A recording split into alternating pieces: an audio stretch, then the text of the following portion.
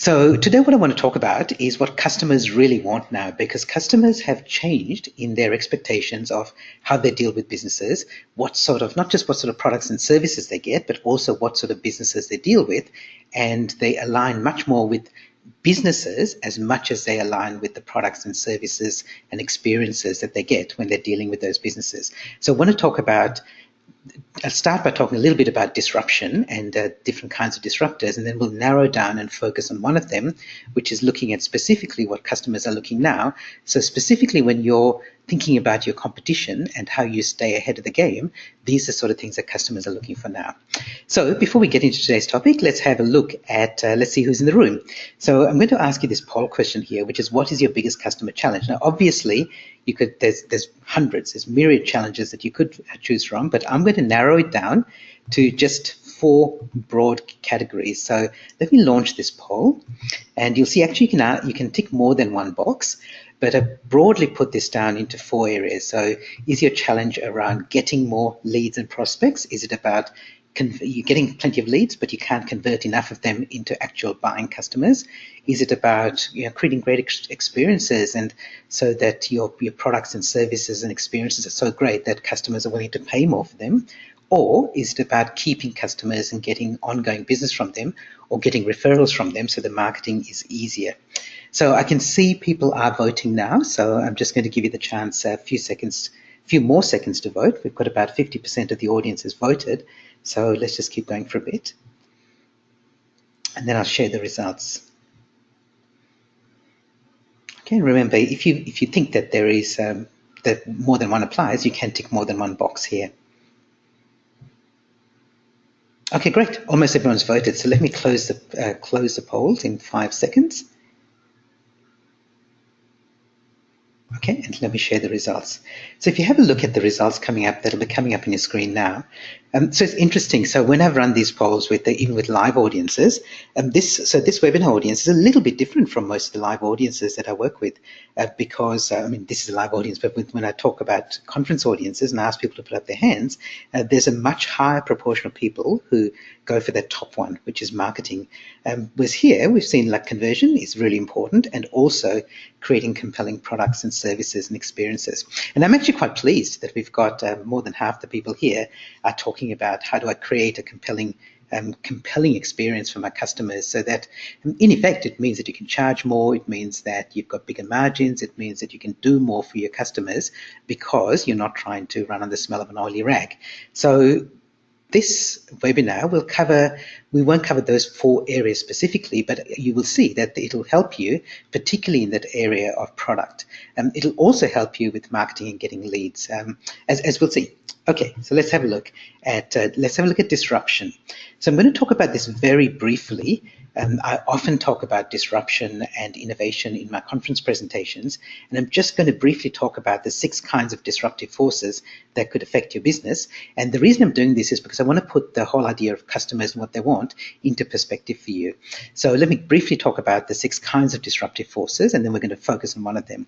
So the 6 kinds, it's like think about like trying to climb over a mountain. So some of the obstacles that you can see along the way, and some of them you can't see because they're on the other side of the mountain. So the 3 that you can see are competitors, dominators, and startups. And the 3 that you can't see but might be just as much of a threat to you are on the other side, which are the upstarts, the randoms, and the terminators.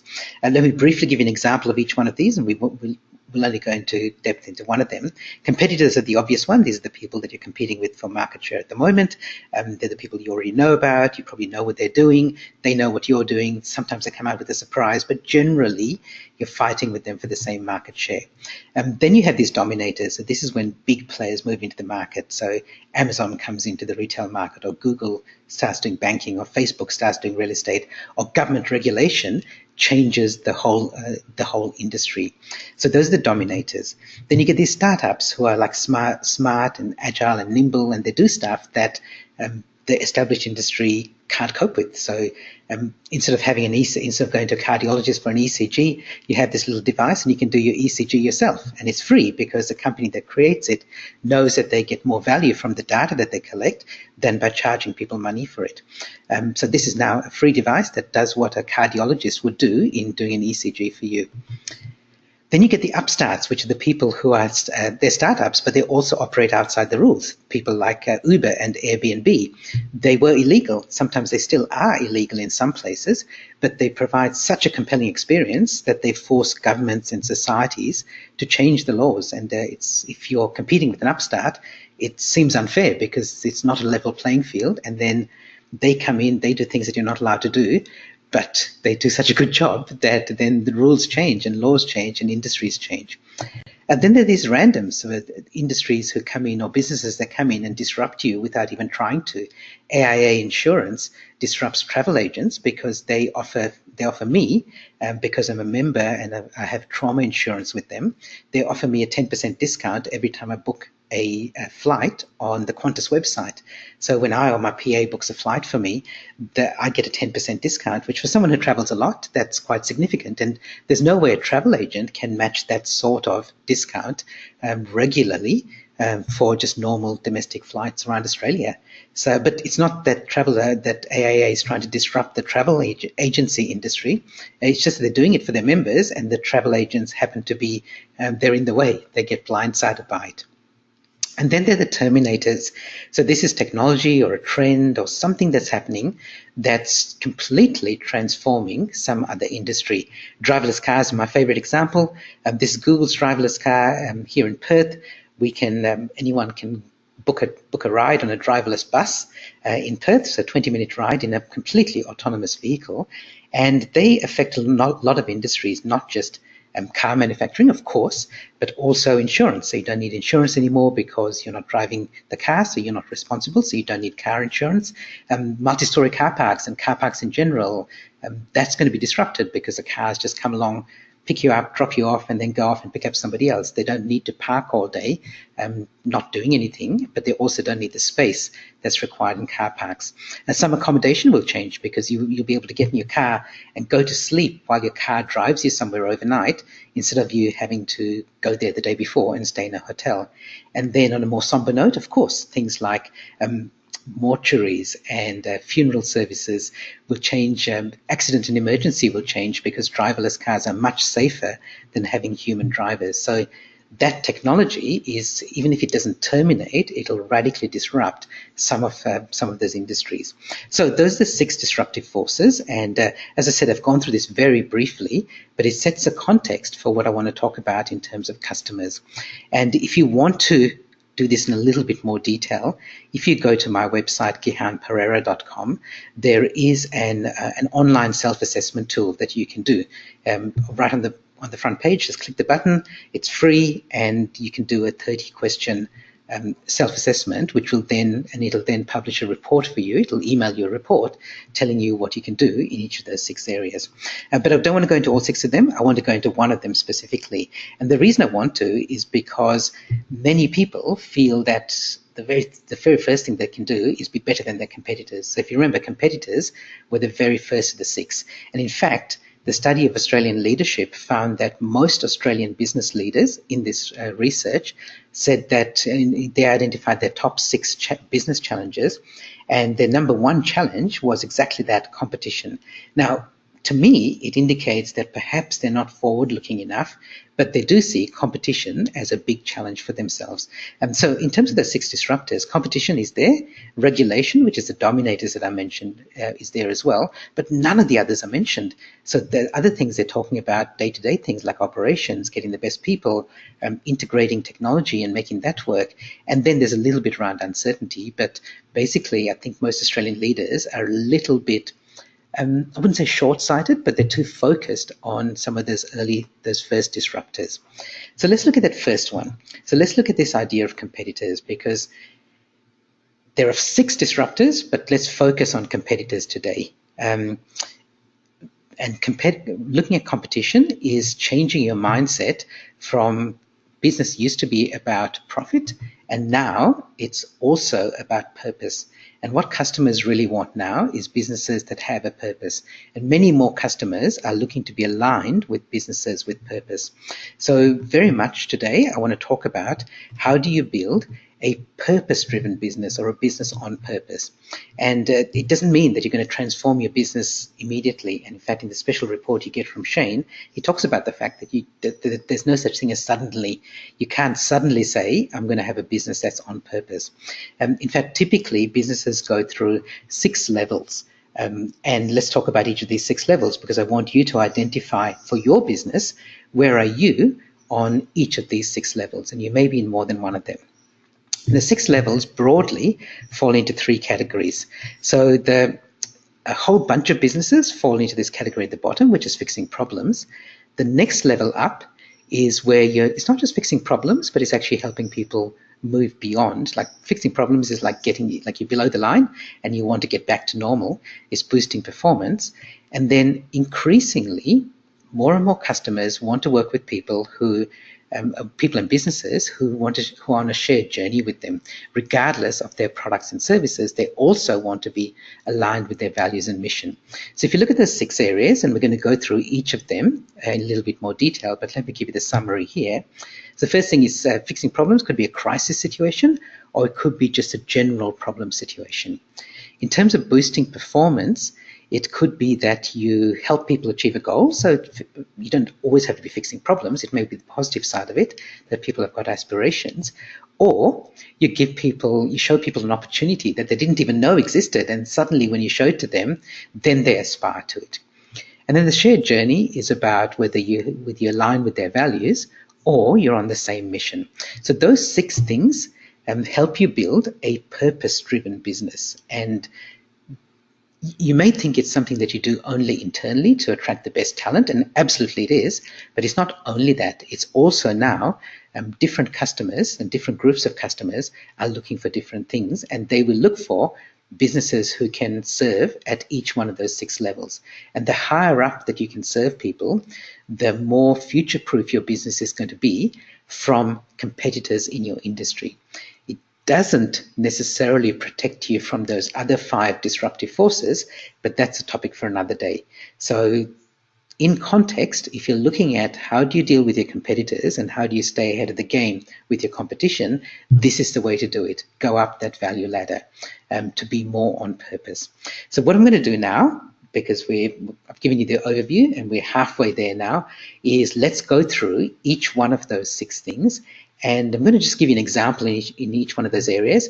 And then I want you to think about, in your business, do you help people at that level? And we're going to do it for all the 6 levels. So you might find that you help people at 3 of them or 4 of them, or maybe even 1 of them. And that's okay. So I want you to identify for yourself, what are you doing? And then, of course, what could you do? What could you do at a higher level? Okay, so that's how it goes. So let me just quickly stop and just check if there's any questions coming in just yet, or anything that anyone wants me to clarify. I haven't seen anything coming in just yet, but let me just give you a few seconds just in case anyone wants to ask something. Yeah, what's the difference between mission and values? We'll get to that. So it's a subtle difference, and in some cases, in some ways, it almost doesn't matter. But we'll get to that when we get up to that one. Okay, so let's look at these 6. So the first one is: are you the sort of business that helps people when they're in a crisis situation? Okay, so you can imagine there are a whole bunch of businesses that do that. Emergency services, insurance. A lot of insurance is about helping people when they're in crisis. And as much as insurance companies spend all their time trying to get new customers, what really matters is what happens when you need to make a claim, or what happens when something goes wrong. So insurance is a perfect example of that, but it doesn't only have to be that. It could be that you focus on customers who are in a crisis situation. So I know a mortgage broker, for example, who he focuses on helping people get loans when they can't get loans from bank for other reasons. So they might have been bankrupt, they might have not have a regular income, they might have a low income, and he works with them, and he works really diligently with them, sincerely trying to make sure that they can get a home loan, because he thinks they deserve a home just as much as anybody else. It's just that they fall outside the general lending criteria of most financial institutions. So he works really hard to help them get to get a loan, which means that he gets more business and so on. So they have a crisis that they fall outside the normal system. It's not necessarily I need a home tomorrow, but it's that they fall outside the normal system, and he helps people in crisis. So do you have the ability to, in your business, do you help people who are in crisis? So here's how we're going to do this, right? So I'd like you to think about it for yourself. I'd like you to write down notes for yourself, but also let's try and do this as a group. So you might want to share what you're doing with other people. So the way to do this is to go to your web browser and go to askgihan.com, and let me do that now. And I'd like you to share. So we're going to do this anonymously, so I don't see and nobody else sees what you're typing. But if you go to that page now, askgihan.com, it'll come up with a little bulletin board like this. And all you do is either click the little pink button here or double click anywhere on the screen. If you've got a mobile device, it'll only be clicking the pink button. And don't put in your name, but you might say crisis. So, for example, as a conference speaker, generally people book me months, sometimes years in advance, but it happened just last week. 4 days ago, a client rang me up and said, we need a speaker. We thought we were going to get so-and-so and we couldn't, and then can you do this 3 days from now? And I generally don't. It normally takes months to get done, but I said, yes, I can. And I was flying to Melbourne to speak at another event that same day, but I had to come back and do all of this stuff basically in 48 hours. So, and it went really well, but let's say a crisis, can I do speaker on demand at short notice? Yep, so I can help conference organizers who need somebody at short notice. And it's almost like, in fact, I know another speaker who tells conference organizers, I'm available as a backup in case one of your speakers drops out at the last minute. Call me up, we can make it work. Yeah, okay, so somebody has said here, as you can see, rarely help my clients in a crisis mode is not my type of business. Absolutely, right? That absolutely is the case, that you don't have to help people who are in crisis. Yeah, help clients when flights are cancelled. I think I know who said this. Okay, good. Okay, so this is what we're going to do. I'm not going to come back to this every time after each one of the examples, but I'm going to invite you to do this for each of the 6. So you've seen an example for the first one. Let's switch back now and let's talk about the other 5. And please, as we go through, share on that bulletin board, which everyone can see if they switch to their web browser. I'm going to focus more on the PowerPoint here. But remember, you're sharing the ideas and other people can see them as well. And the reason I want to do this publicly is that other people can, people do get ideas from what other people share. Okay, so that's the first one. So by the way, I'm going to use like cars as an analogy for all 6 of these, just so we keep the metaphor going. So the first one is a crisis. That's like the insurance company. So what happens in a crash? Then problems. So you need to fill up your car with petrol, otherwise it won't run. That's a problem that you need to fix. And most businesses, most successful businesses right now, figure out how can we solve our customers' problems. It's a really good question to ask. It's not how can we sell more of our products or services, but how can we solve our customers' problems?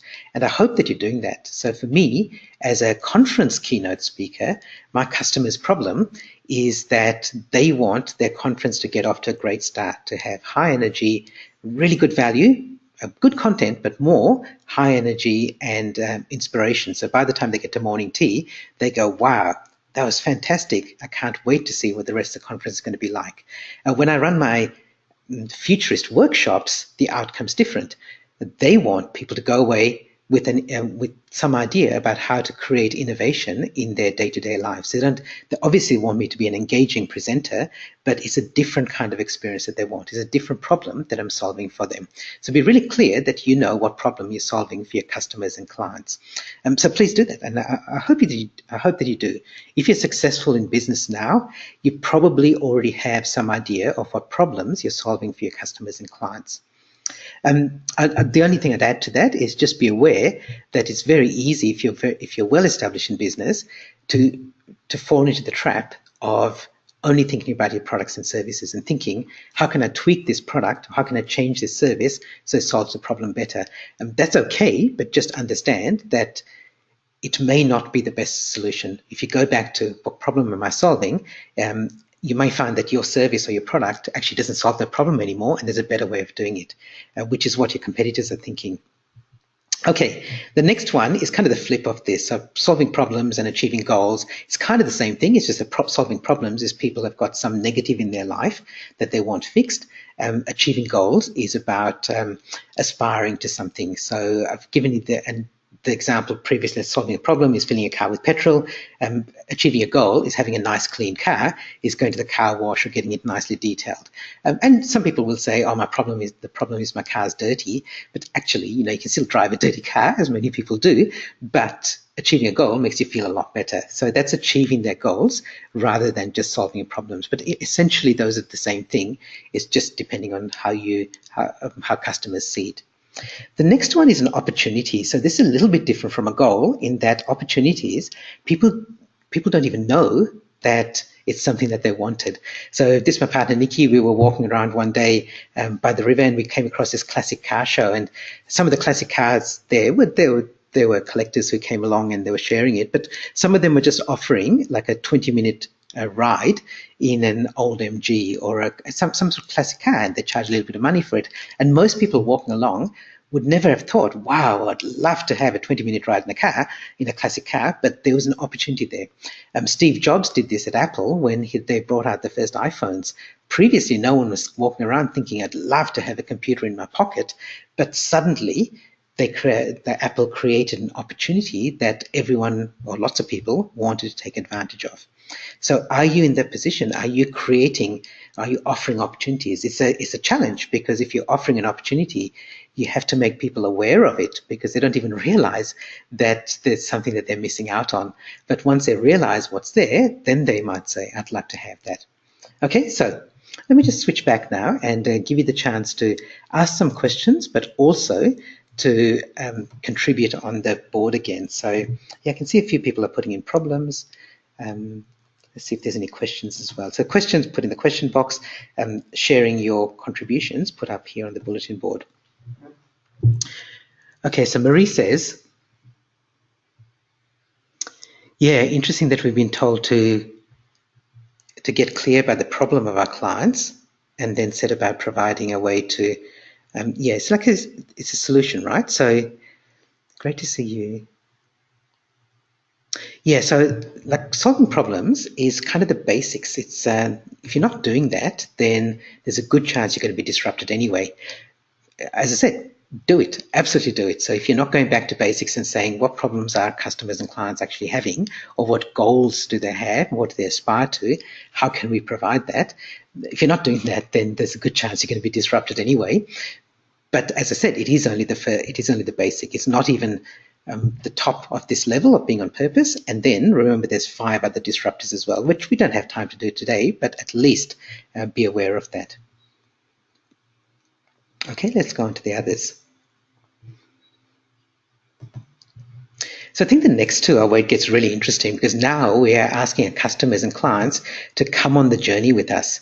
So the next one is that more and more customers and clients, especially the younger generations, the Gen Ys and especially the Gen Zs now, are coming in saying, we will support businesses who are aligned with our values.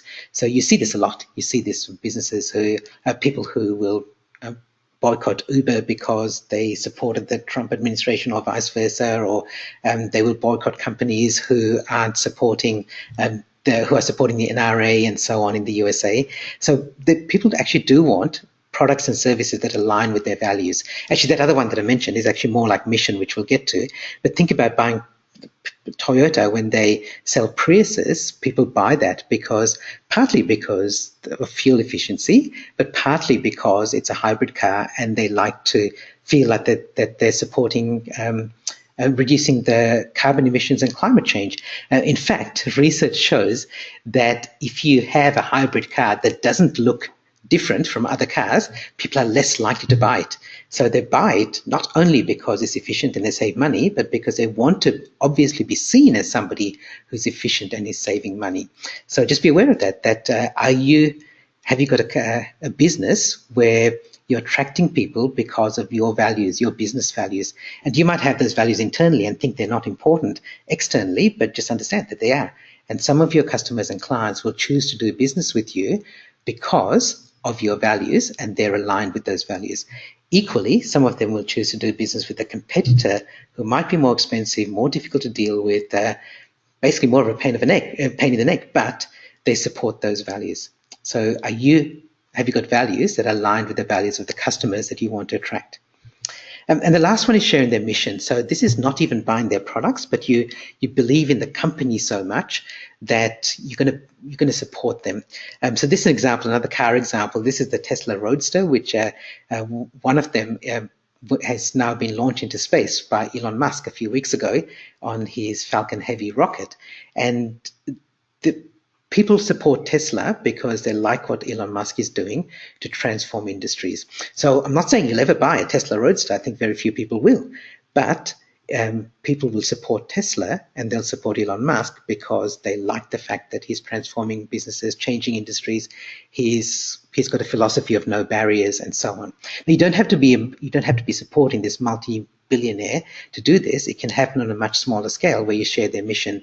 So when Uber, for example, when Uber got a lot of pushback from governments who started trying to charge fees and also tried to keep Uber illegal, Uber went around to send out an email to all its members saying, if you want to change the way that transport works and shared transport works, then write to your minister, get organized. So people who were members of Uber, so these were the riders, were invited by Uber or encouraged by Uber to actually say, we're all on the same mission, be part of it. So there are people who will support you because they love the mission that you're on and they feel like they're on the same mission. It's not just sharing the values and in the products and services that you offer, but we believe in the mission of the company.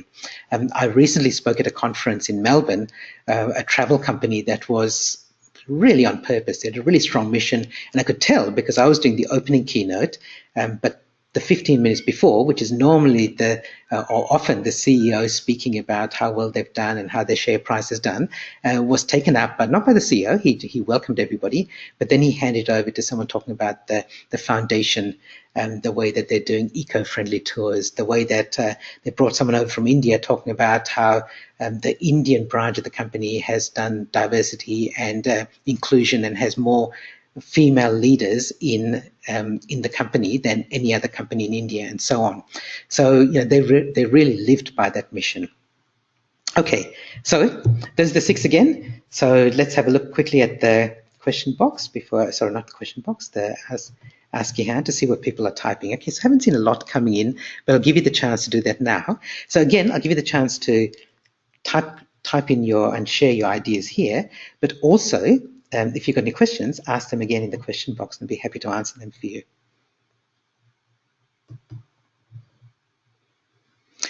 So for example, another example that here's one coming in with values. Okay, so I'll wait for that comment to come in.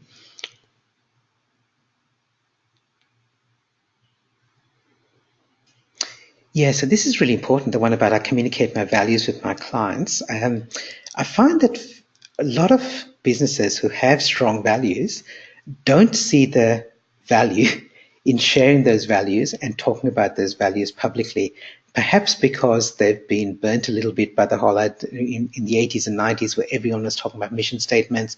Mission statements would go up at the reception and talked about everywhere, but not really followed through. If you actually do live by your values and your people live by your values, then absolutely share them because customers and clients are now attracted by that. Okay, good. So let me switch back now and let me just finish up and give you the summary.